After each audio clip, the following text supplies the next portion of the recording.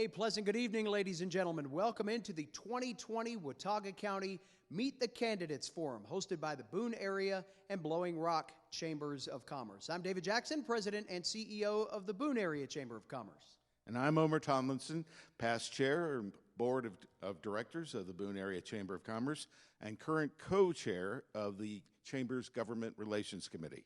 We're pleased to offer this public forum for the local business community and citizenry to hear from the candidates for public office. Now, we certainly wish that you could have been with us here tonight, but in accordance with North Carolina's Safer at Home Order 2.5, which we are still in until Friday, we simply just don't have enough capacity here at the Appalachian Theater to host you.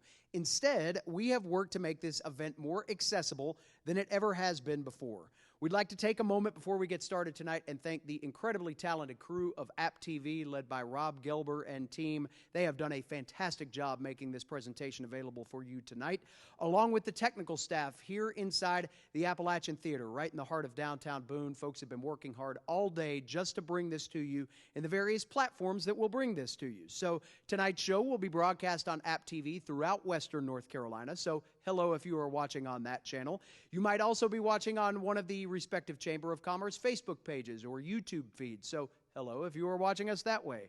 And of course, it goes without saying we could not have one of these events without our partners at High Country Radio. They've been with us for every one of these throughout the entirety of the Meet the Candidates series. So thanks to Bill Fisher and the fine crew over at High Country Radio. That's AM 1450 WATA and 96.5 FM, our longtime partners bringing this to you on the radio tonight. Our questions for tonight's forum came from three sources: the Boone Area Chamber of Commerce Government Relations Committee, the Blowing Rock Chamber of Commerce Community and Government Committee, and you, the listeners and viewers. Tonight's forum will focus on issues of local concern, and we're looking for the candidates before you to represent how they will work on behalf of our businesses and citizens on these important topics. We will provide the evening based on guidelines given in advance to the candidates at our invitation. Questions will be asked of the candidates in a round-robin format. In fairness to everyone, all candidates will address the same question. There will be a 90-second time limit for responses and a 2-minute opening and closing statement from each candidate. Our timekeeper tonight is Ms. Tracy Royster, former Boone Area Chamber of Commerce Board Chair, and she will indicate time limits. This forum is not intended to be a debate between candidates. As much as you might like to have seen that after previous debates this week, we're just simply not going to do that here. Instead, this is an opportunity for viewers and listeners to hear candidates' platforms on a variety of different issues tonight. We have worked hard to keep these topics locally driven. We want to make sure that these are topics that are being discussed tonight among the 4 different categories of leaders that you will hear from that resonate with people here in Northwest North Carolina and in Watauga County specifically. So again, we have had a number of questions come into us. We might not be able to get to all of them tonight, but we hope the ones that we do get to are easily relevant to those of you that are watching and listening at home and can help you make informed decisions about where these candidates stand and how they will ultimately help our community move forward. Let us quickly remind you, too, of the voting timeline for Watauga County. There are some important dates that are coming up right around the corner, and want to make sure that you are aware of when early voting starts. First of all, voter registration closes on October 9th. Early voting starts October 15th. That's the one-stop early voting. Many of you have already voted by absentee balloting. October 31st, that is the day that one-stop early voting ends. And then, of course, November 3rd, Election Day, with the precinct polls open from 6:30 in the morning until 7:30 at night. And all of those media partners that we just mentioned a moment ago will be with you for result night. And again, it may be a long night or a long couple of nights, who knows? But we do look forward to seeing November 3rd come and finding out just which way our political leadership will take us here in Watauga County. So with all of that said, let's begin our forum here tonight with candidates for the U.S. House of Representatives 5th District. We have beginning our conversation tonight, that is incumbent Republican Dr. Virginia Foxx. Congresswoman Foxx could not be with us live tonight because Congress is actually in session this evening. So we offered Dr. Fox and her campaign the opportunity to produce a 4-minute video. That would be her 2-minute open and 2-minute closing remarks in order to address tonight's audience. Here's what Dr. Fox had to say. Good evening. I'm Congresswoman Virginia Fox. Thank you for inviting me to participate in this important candidate forum, and a big thank you to the Boone Chamber for sponsoring this event. It is my loss that I could not be with you in person today to talk about the upcoming election and to update you on my work representing North Carolina's 5th Congressional District. However, the House of Representatives is in session and scheduled to vote throughout this week, so my duties representing you kept me from being physically present tonight. As you may know, I grew up in Avery County in a very poor home without electricity or running water. So I can empathize with many of the difficult issues that face many communities across North Carolina's 5th Congressional District. The truth is, most of you probably don't have to guess where I stand on the issues. My well-known reputation is one of fighting for conservative principles and of working hard on behalf of every single constituent in this great district. If I'm elected, I will continue to give priority to assisting constituents navigate the federal bureaucracy and solve the problems they're experiencing with the federal government.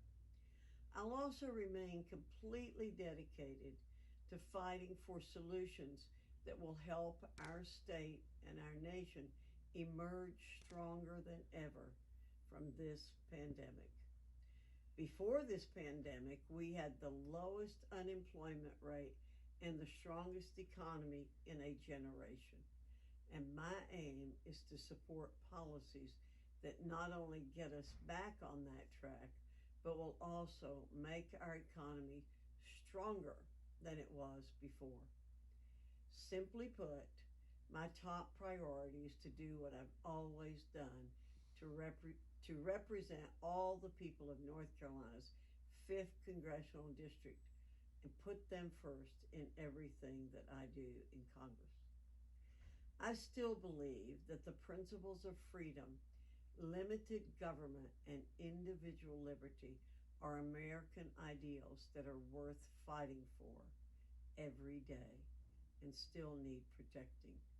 And I promise to work as hard as ever to protect these ideals and defend our Constitution. No one needs to wonder where I stand or whether I will fight for common sense, conservative principles.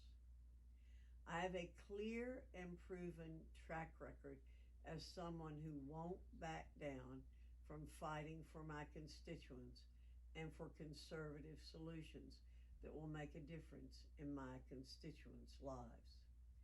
Thank you again for the opportunity to speak with you tonight, and I hope to see you in person soon. We now have the challenger, the Democratic candidate, Mr. David Wilson Brown. He's a Charlotte native and a graduate of South Mecklenburg High School. He graduated from Appalachian State in 1996 with a bachelor's degree in political science and communication. During college, he served as an intern for Sue Myrick from Charlotte in the NC9 district, the Republican there, and worked on Capitol Hill. He's a full-time IT consultant specializing in business productivity. David Wilson Brown, we offer you 2 minutes and an opening statement beginning now. Thank you very much. First, I'd like to thank the Boone Area Chamber of Commerce and the Blowing Rock Chamber for inviting us and putting this fantastic event on and taking such care in making sure that we are safe while doing it. Certainly important in this day and age. My name is David Wilson Brown, and I'm running for U.S. Congress in North Carolina's newly redrawn 5th District. I have some experience. I ran in the 10th District in the last election against Patrick McHenry, and then the lines were redrawn, and my home in Gaston County was now put in with places like Watauga, Watauga, Ash, Allegheny, Wilkes, and so forth. And it's actually a homecoming for me, having gone to App so many years ago. It's a real opportunity to connect with the people of the mountains of North Carolina that means so much to me. I want to go to Washington to deliver what I call a better road forward. We've had 16 years of my incumbent in office who talks about delivering for the people, and her office is very good at delivering constituent services, but I don't believe that she really is responsive to the will of the people and delivers well for the people of this district. With this newly redrawn district, there are areas that she has very little experience on, and I think that we have an opportunity to do something different for Western North Carolina. We can deliver more from our government. We can ask for more from our government. We pay in our taxes. We deliver good services in response for the taxes that we pay. The idea of limited government is great until you need government. And when your family and your loved ones are in need, good government that is there for you and has the tools to deliver for you is something really important. I want to deliver a better road forward with things such as universal health care for every American citizen from cradle to grave. I think that it's important to understand that this is a pro-life issue, that making sure that everyone has access to quality health care is so important. And I also want to deliver that we deliver on the reward of good work with living wages for no matter what you do. Thank you very much for those opening comments. We'll start with our questions now. Yes, sir. In your mind, what does a post-COVID-19 North Carolina look like? One thing we have to address certainly is broadband. We've been exposed to understanding how much of our society works online, and in a scenario where we had with this pandemic where so many school children are having to work from home, especially up here in the mountains, it's very hard for them to connect and have the access that they need to be able to do that. So I think this is a strong role that the federal government can play. Wherever corporate profit motives fail, federal government can play a place to spend the money to deliver better and build better for our people, I believe that a federal jobs program such as a WPA style will be a great kick in our economy to get us back going and help bridge the gap for jobs that are not going to frankly come back coming out of this pandemic. It's an opportunity to put people directly to work from the federal government and do things that matter to the community, such as addressing our crumbling infrastructure. Our roads and bridges are getting terrible grades, that we can deliver better for that rural broadband and deliver where we need to get it to more people and get more people access. I think that we can look at clean energy initiatives that help break our dependency on fossil fuels and provide a lower tax cost for the municipalities in our areas if they didn't have to rely on outside energy sources for their energy. These are things that we can address directly and put people to work doing, and these are things I've championed for a long time, but the pandemic has just underscored the need for doing this. This past spring, the government's provided some stimulus to help people get through what they thought was going to be a short period of hurt or whatever. But it looks like there may be a need for more. Do you see a need for government stimulus? And if so, what kind?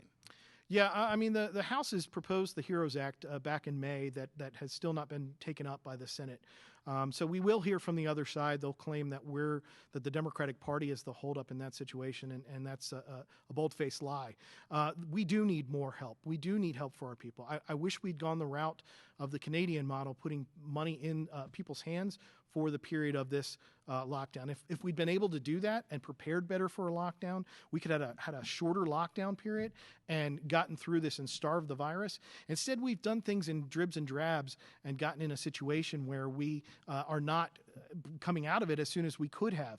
Our recovery from this pandemic has been lengthened due to the lack of leadership at the federal level, and I think that we deserve better, and we deserve better guidance in Washington. I'm looking forward to being part of that solution, get more money in the pockets of people and small businesses. We've got to prop up our small businesses. So many have had to shutter due to the effects of the pandemic, and we have to fight to deliver better for them. And stimulus package would be the way to go. I also think that some of these ideas of putting people to work to help better our communities, we have the opportunity. We've proven that many of us could work from home if we had the capabilities, and rural broadband would have a big impact on that because who wouldn't want to live in one of these the beautiful mountains of North Carolina, and have access to the world stage through broadband.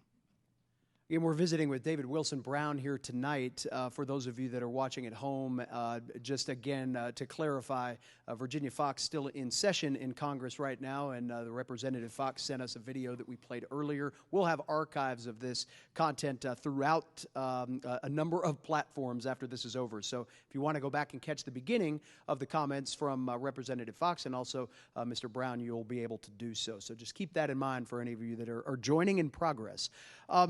Mr. Brown, as you are aware, about 85% of PPP loans went out to businesses at a mark of $150,000 or less. Right. Do you believe that businesses that received those loans for $150,000 or less should be automatically forgiven those loans? And if so, what will you promote in Washington to help not only with this, but other causes that small businesses are looking for the government to help them with as they respond to this pandemic? Yeah, I absolutely do think that we should look at forgiveness for loans under $150,000 for sure. This is a pandemic no one could have foreseen, and that money is a lifeblood to so many of our small businesses. As I said earlier, we have to keep them alive. I've been a big proponent of small businesses. I think that we need to look at government-backed loans coming out of this that have a 3-year deferment to help make sure that small businesses can get a good running start. Because I think that innovation comes from our small businesses. When you have large corporations sucking the innovation out of America, and small businesses have the opportunity to be more limber, to take us to new places and to explore new opportunities, that would be a real benefit to the people and help employment across the region. This is something I would definitely champion and have talked about in the past. Small businesses are what make America great, and I really want to make sure that we are there for them in this time of need. Tell us what some specific things you would advocate for to get us out of this pandemic-caused recession. Number one, we have to get a national testing and national tracing program in place. It's an embarrassment that we are not as put together as we could have been to get ahead of the curve and to trace this. We also have to work on making sure that our PPE is properly distributed. We have to fully nationalize. I know there's been talk about nationalization, and there's been implications of nationalization of these programs to deliver PPE to important sources like our healthcare workers, our frontline workers, and that includes essential workers. I mean, if we're calling folks who work in our grocery stores essential workers, by God, we need to deliver and make sure that they have the proper coverage so that they know going to work they're not risking their health. These are people that oftentimes don't have the opportunity to stay home because they need to stay home because their kids are working from, doing school from home, or they have family members that are going to be at risk if they're exposed to them. These are things that we have to deliver better on for our people. Certainly we want to help the scientists put more money into making sure we develop the vaccine correctly and that it gets distributed correctly. I'm very concerned with the current administration that we have in office right now, that even if we get a viable vaccine that is scientifically proven, that it's going to get distributed correctly to the people that deserve early access to it, and make sure that everyone has access to it. A quick follow-up to that. We have talked a lot about COVID-related things tonight. We will bring that up again, I'm sure, throughout this evening. But there are other things governmental that don't revolve around the pandemic. How do you go to Washington and strike the balance between what is needed in the short term now to help us out of the recession, but then also getting back to long-term priorities and setting those agendas not only within your caucus, but within an entire Congress to try to move the ball forward? Right. I mean, I think the reality is that we do have people that go to Washington and think very short term, and that is resulting in a lot of the bad policies that I would say. We need to think longer term. I think healthcare has to be a priority. I think healthcare, what this pandemic has exposed is the fragility of our healthcare system being based on employer-provided healthcare. When there is a situation like this where so many people are taken out of work, then the healthcare goes away with that job as well. And that doesn't just affect that individual, it affects their families. We have to move to a single-payer healthcare solution. I don't believe that the demonization of it being a socialized Medicare system The reality is it's moving to away from private insurers where their profit motive is going to be standing between you and getting the best health care that you can with their money versus a single payer solution that is going to make sure that you have access to your health care, and that by having a larger pool, we're going to be able to save the nation money and making sure that everyone has health care coverage. It truly is a pro-life policy to make sure that we all have health care. And I think that's got to be the drumbeat, that if we can deliver health care, that's so much a big portion of everyone's dollars, whether it's at this point in your life or whether it's going to be later in your life. It's going to have a big impact. I had a heart attack Christmas Eve and had to have quadruple bypass surgery. I had good private insurance. But if I didn't, the devastation of what I went through to my family's financials would have been immense.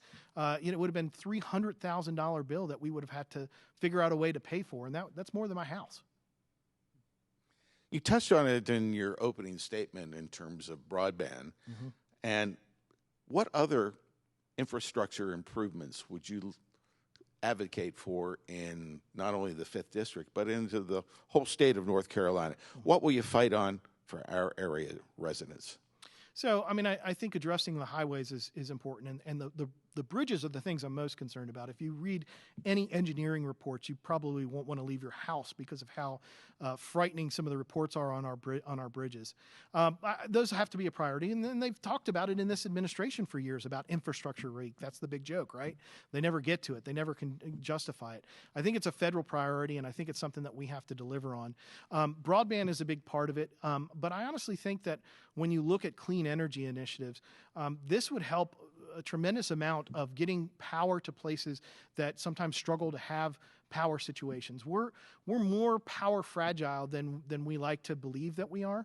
Our aging infrastructure in our electrical grid is a part of that. And I would love to help, especially in Great Mountains. Now, certainly I don't want to destroy the beauty of our places by having wind farms in inappropriate places, but certainly solar would be a great opportunity up here.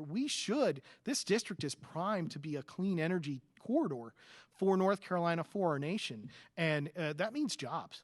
I really believe that these are things that we can deliver on. I think we can do things for communities like clearing properties that have been abandoned by corporations so that we can have shovel-ready sites for new opportunities. Think about if we had a federal ability to come in and clean up sites that have left potentially bad environmental situations so that they're clean for a new company to come in with broadband ready, with power ready, with sewer ready. Man, that would have a big impact on our rural areas. And that's what I want to do. I want to bring back small town living, but having the advantage of connecting with the world through broadband.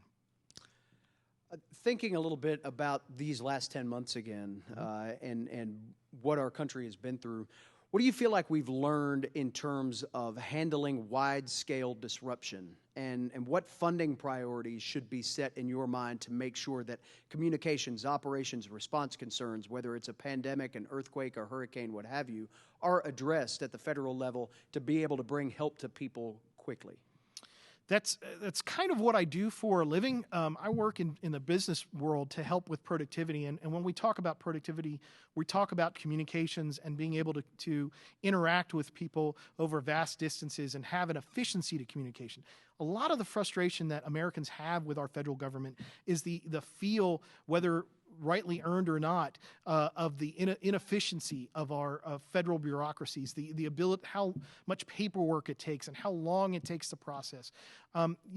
What we have to do is approach our government in the same way that I approach businesses to help them get more efficient and be able to deliver better for the people. That means better technologies to connect them with the people, to have interactions that make sense, to get the communications quicker, do things online. But, so many people are struggling. They don't have computers. They might not have broadband access. We need to bridge that gap and figure out a way to make that happen, or there's going to be a vast amount of our society that are left behind. That's not okay on my watch. And I think we have a real opportunity to deliver better for our businesses by having people being able to connect with them and interact with them as well as our government. the efficiency of communication, I think, would be the main deliverable that I would propose to bridge that gap and make that connectivity better for the people. The pandemic has also created a lot of emotional and mental stresses. It's created burdens, increased burdens, in fact, on families in the home. Some parents have lost their jobs, lost work. Some have to give up their jobs so that they can stay with their children while they're learning their lessons on the internet. And providing care and schooling is becoming more and more stressful. What policies or programs would you support to help parents meet their family needs and provide their children with a nurturing environment? It's a good question. Pandemic-wise, it's hard to measure how we could have done it better. I've been endorsed by the National Association of Social Workers. My wife is a social worker. I believe that part of our issue holistically is that we have neglected mental health in America significantly, and that we have a real opportunity to deliver better mental health in whatever healthcare we push forward, to destigmatize the need of support, to make sure parents have sources. Do you know that the amount of social workers or counselors in schools per student, something like a 1 to 300 ratio? It's a tremendously small and honestly embarrassing ratio here in North Carolina. We can deliver better by having more accessible programs to support folks there. And for childcare, in a socially distanced world, I don't know the immediate solution. I'm sure there's wiser minds that have a potential thought to that. We need to figure out how we can help those who are caught between that rock and the hard place of needing to work, but having their kids at home to keep them safe. I think we rushed to school. My kids had an opportunity to work from home, and we made that choice because we were privileged enough to be able to do that and be home for them. But we also were concerned about the children who weren't privileged, who didn't come from families that could handle that, and the teachers that would be on the front lines having to have a larger exposure by more students. So we do need to figure out a way in our communities and through government assistance to bridge that gap and to make that work better in these types of situations. I hope we get through it. It looks like it's going to be a longer run than people think it is. Predictions are next summer would be the likelihood of us even getting a workable vaccine distributed enough to be able to really work the way we need to. And we're visiting with David Wilson Brown here this evening, Congresswoman Virginia Foxx in Congress right now. That's why she is not able to participate in tonight's forum. Again, a reminder, if you're just joining us, she did offer up some comments at the beginning of our session here. You'll be able to go back on the archives and check those out if you are indeed interested in what she's had to say, and appreciate her staff for working out a way to get those comments to us. We're going to switch gears a little bit here and talk a little bit about workforce, and one workforce in specifics as we talk about North Carolina agricultural workers faced with some new rules now related to staffing their operations due to some changes in immigration policy. Understanding what agriculture means to Northwest North Carolina here, what is your recommendation to address the impact of immigration on our area and the impact that it has on our local workforce? I've had the opportunity to talk with a lot of area farmers about how impactful migrant workers are and how we could have better programs that handled that scenario. The reality is that they do rely on migrant workers, and with the restrictions that we've had in immigration, agree or disagree with them, it has hurt the ability of farmers to do what they need to do. I think we have an opportunity to invest in those programs. We have to have the people to work the programs. And what happens is that when you have the other side in control, they like to pull back on the reins of federal programs, and then when the needs are there, they don't have the people to handle that. I honestly think the solution to proper immigration handling is to put more money in the judiciary system around the immigration system to make sure that they have the ability to go through whatever legal processes they have to and process the whether they're claims of refugee status or what have you, but also very specifically on the migrant worker status. I think that we rely on that. We benefit from that. I think that we need to institutionalize it in a way that helps the farmers, but also protects America and where those families need to work in there. It's a balance for sure, but we need to put more money in the system that manages it, because if we don't have the people to manage it, then abuse happens, then the inability to get the people where they are needed also can be affected. On a related note, many of my friends and customers who are in the construction trades say that their best crews often are from other countries. Absolutely. And having said that, how do you feel about expanding immigration into the country, and what kind of controls or what kind of restrictions would you have to that? I honestly believe that the reason people come to America is because of how great we are. So to deny people access who want to work hard to earn that is shooting ourselves in the foot. I think we have an opportunity to build in programs to monitor, to support, and make sure of the success of those coming in. Now, it's hard when you have people in America struggling to get by to make that justification, and that's honestly, we've seen how that's helped rise the current administration. But I think the argument is, and I know from technology, most of the work of the jobs that we're losing are not to immigration, they're to automation, to AI growth. The more and more that those industries and technology advances, that's where we're going to lose more jobs. Job training has to be a part of it. Education has to be a major part of what we deliver here. You know, my opponent is the ranking member of the Committee on Education and Labor in the House, but yet she claimed in a statement just this June that she is a student of the Constitution and that she has never read the word education in the Constitution. And to have someone who's supposed to help guide the federal policies on education be so anti-public education is hurtful.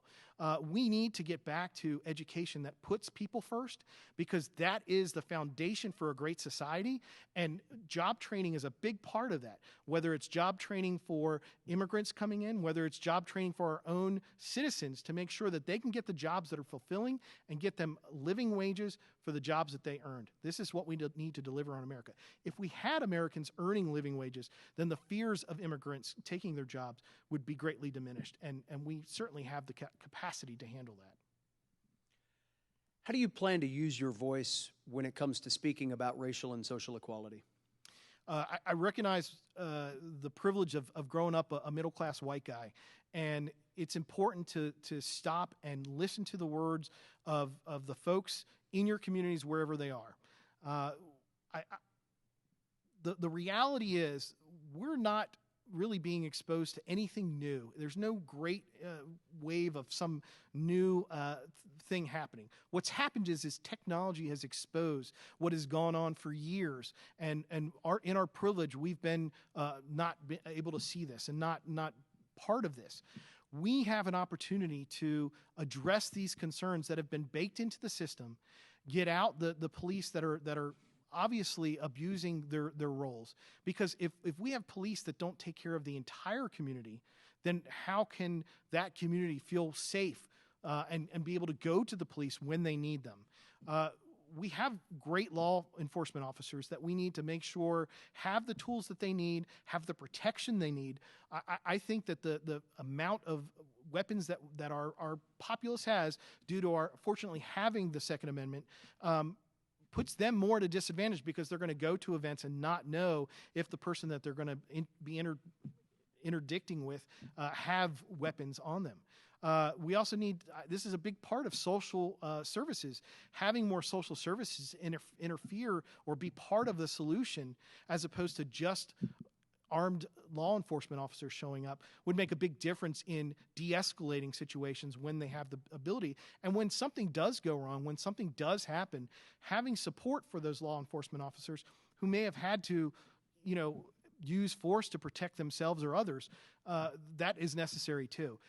We can do better, and we've been exposed to a lot of things that have been baked into the system to over-militarize our police and make big segments of our communities fearful of what any interaction with them is going to bring. We can fix this. We can make it better. Well, as a member of the media, I get a lot of feedback and a lot of heat from people who say, well, you guys are the ones that are causing all the problems here. Right.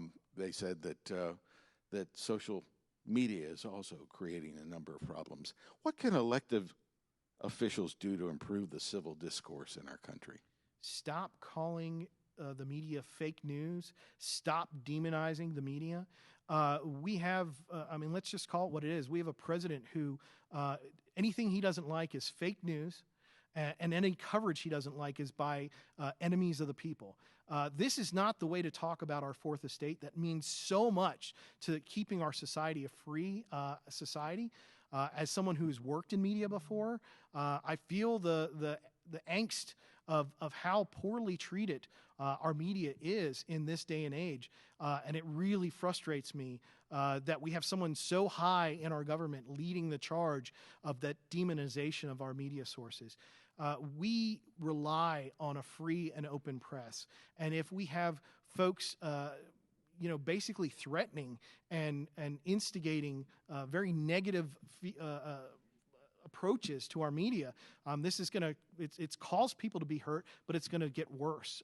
And this is something I certainly want to make sure that we maintain our free press, because if we lose our free press, we are on the cusp of losing our democracy. Switching gears a bit again, I can tell you here prior to COVID, one of the top conversation points among small businesses in this community was about association healthcare, and that becoming something in North Carolina where small businesses might be able to band together to make group plans affordable to those small businesses that are, again, 10 or less employees. They make up the vast majority of businesses in this area, as a matter of fact. When you look at the way that the global pandemic has hit small business finances, how do you see the federal government's role playing out in providing affordable healthcare benefits to businesses where they can truly be a benefit, where it's not just about the actual healthcare, but as you've mentioned already tonight, some of the other services that can be provided as benefits to employees who are trying to get back on their feet again? Yeah, those solutions sound good in the current healthcare environment that we have.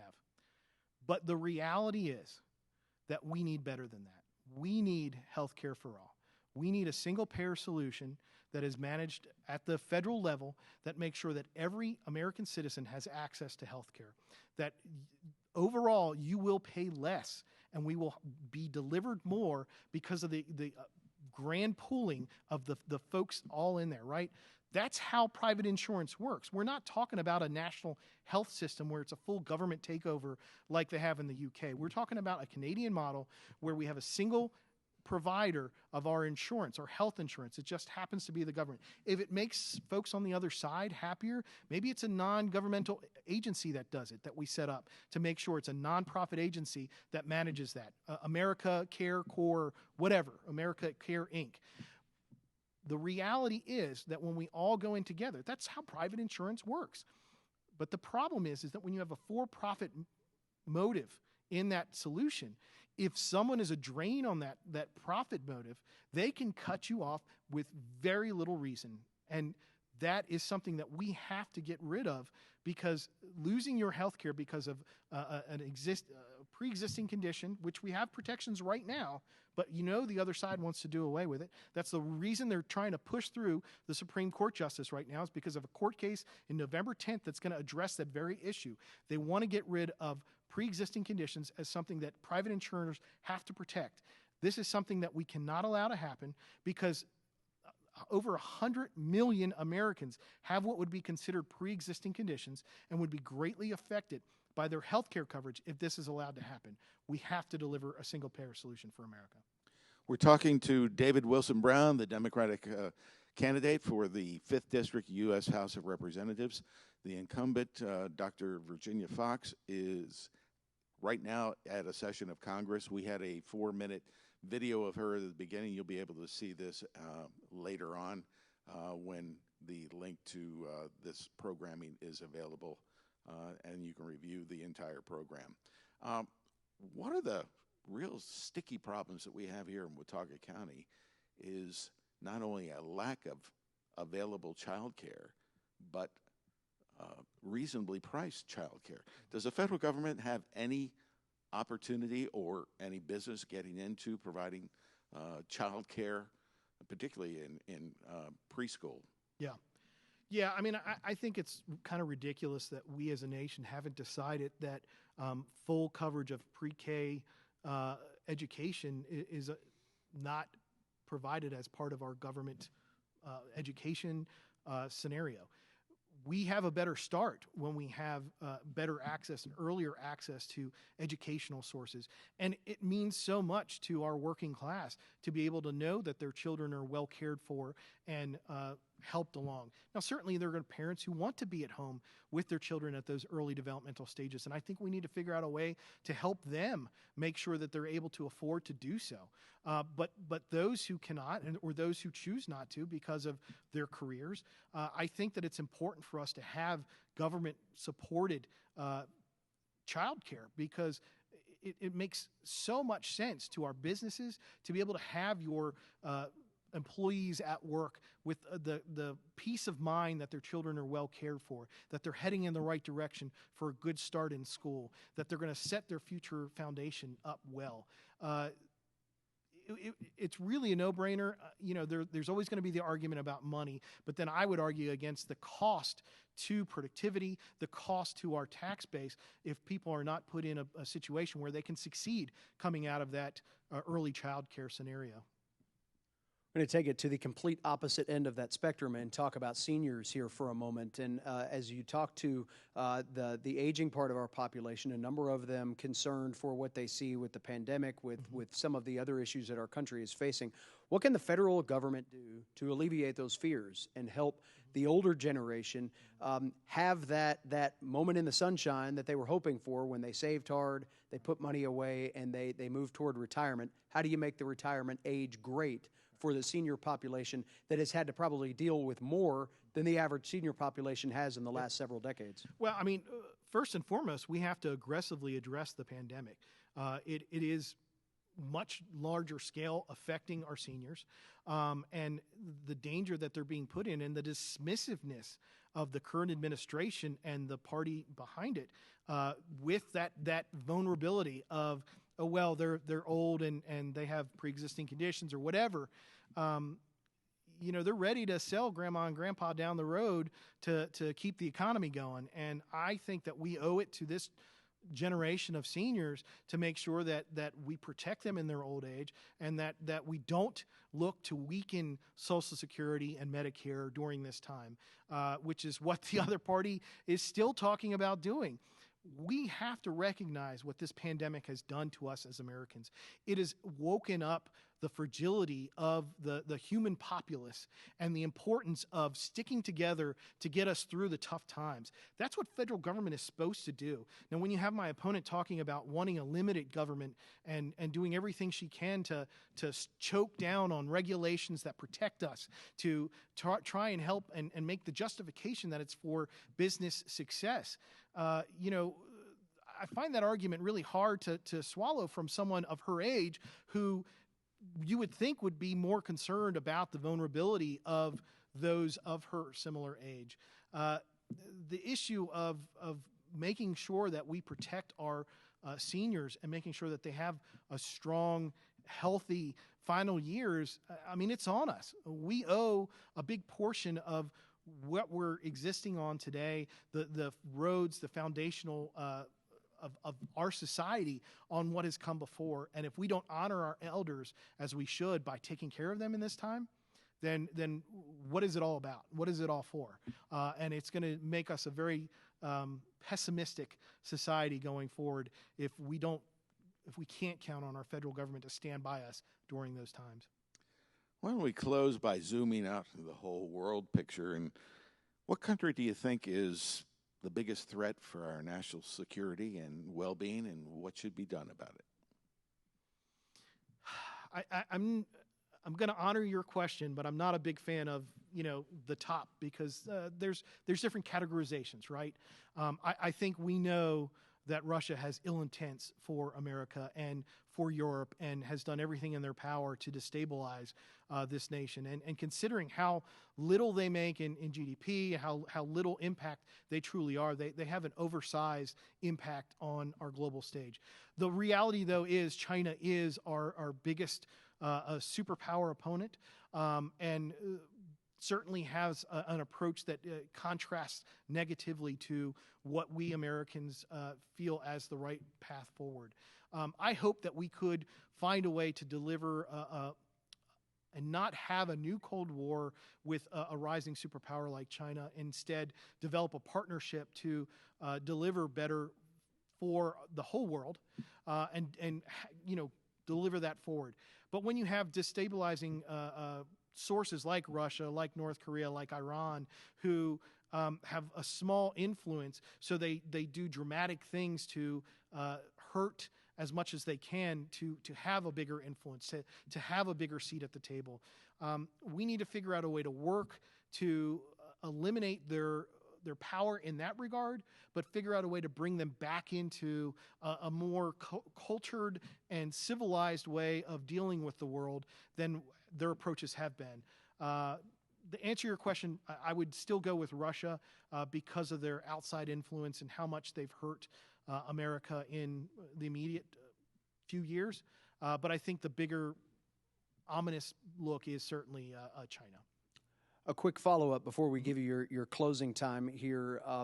For so long that comment, that phrase national security has meant and been met with more of a militaristic focus. Now that we are at an age where some of those countries you listed and others can harm you without having to put a soldier on the ground, without having to put a bomber in the air, through technology, through other forces, is our federal government, in your eyes, prepared for what is new age warfare when it comes to cyber attacks and things along those lines that we've seen cripple cities, we've seen cripple local governments, not only near us, but throughout the entire state and the nation for that matter? Yeah, thank you for teeing that up. I mean, that's one of the reasons I want to go to Congress as a technology, I wouldn't say expert, but a technologist. I would love to go to Washington to play a part in helping prepare us better. We are ill-prepared, dramatically ill-prepared. I wish instead of a space force, we had moved stronger on a cyber force, because that's where the real danger is, for sure. We have to recruit better into our armed services, a cyber force prepared to take on these challenges that we've got.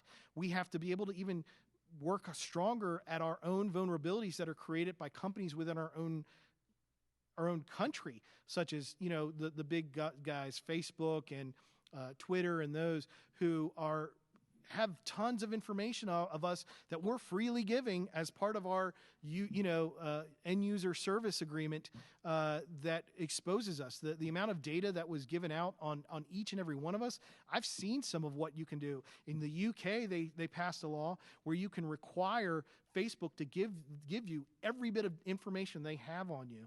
And I've seen some of those files, and they are shocking.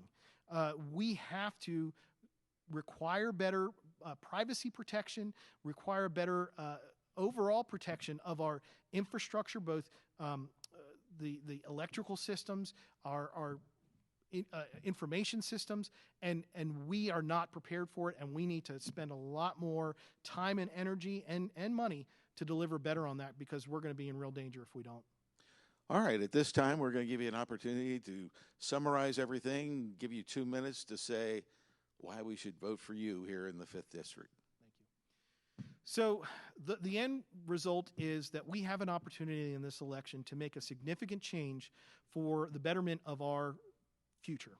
I propose a better road forward in delivering health care through a single-payer solution, making sure that we reward the dignity of work through living wages no matter what work you do, and make sure that we better fund our education system, because they're a foundational part of how great our American society are. One of the policy proposals I have that I didn't get to talk about was making sure that every public school teacher would be a federally income tax exempt position to keep more money in their pockets and make sure that they're better paid. We have an opportunity in this election because we're ready for change. We're eager for change, and we need change.